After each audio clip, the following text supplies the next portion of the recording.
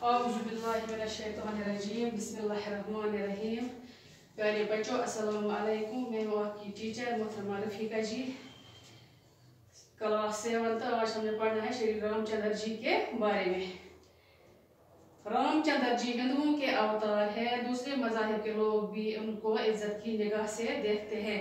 दबा रामचंद्र जी हिंदुओं अवतार अवतार को भगवान का रूप। दूसरे मजहब के लोग भी उनको इज्जत की निगाह से दुइमन मजहब लोग थे इज्जत नजरा वुचान। रामचंद्र जी अयोध्या के राजा दशरथ के बेटे थे। राजा दशरथ की 3 रानियां थी, कौशल्या, कैकेयी और सुमित्रा।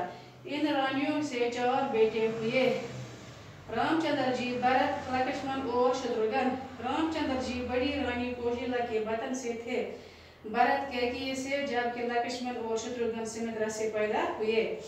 इनमें रामचंद्र जी सबसे बड़े थे।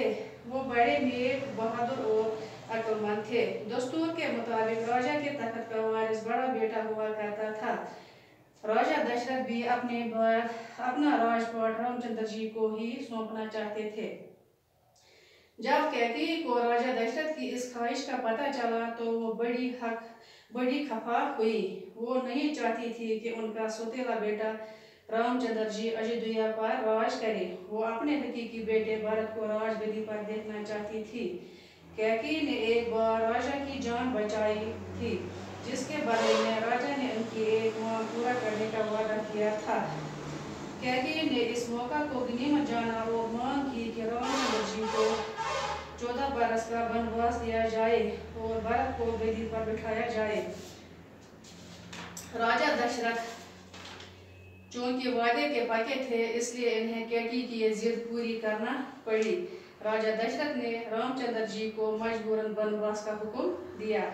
रामचंद्र जी फरमाबरदार थे। नेकी, ईमानदारी और सच्चाई का जज्बा उनके दिल में बदर्जे उत्तम मौजूद था। अपने वालिदैन के हुक्म की तामील की और अयोध्या को छोड़कर वनवास के लिए निकल पड़े। उनके हमरा उनकी बीवी सीता और भाई लक्ष्मण भी थे। बाकी वसलाम।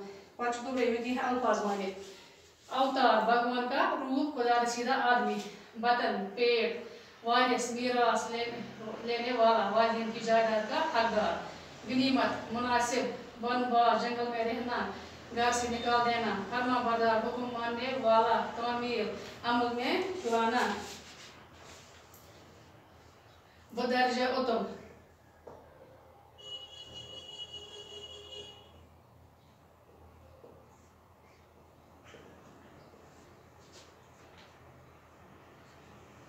कामिल दर्जे तक।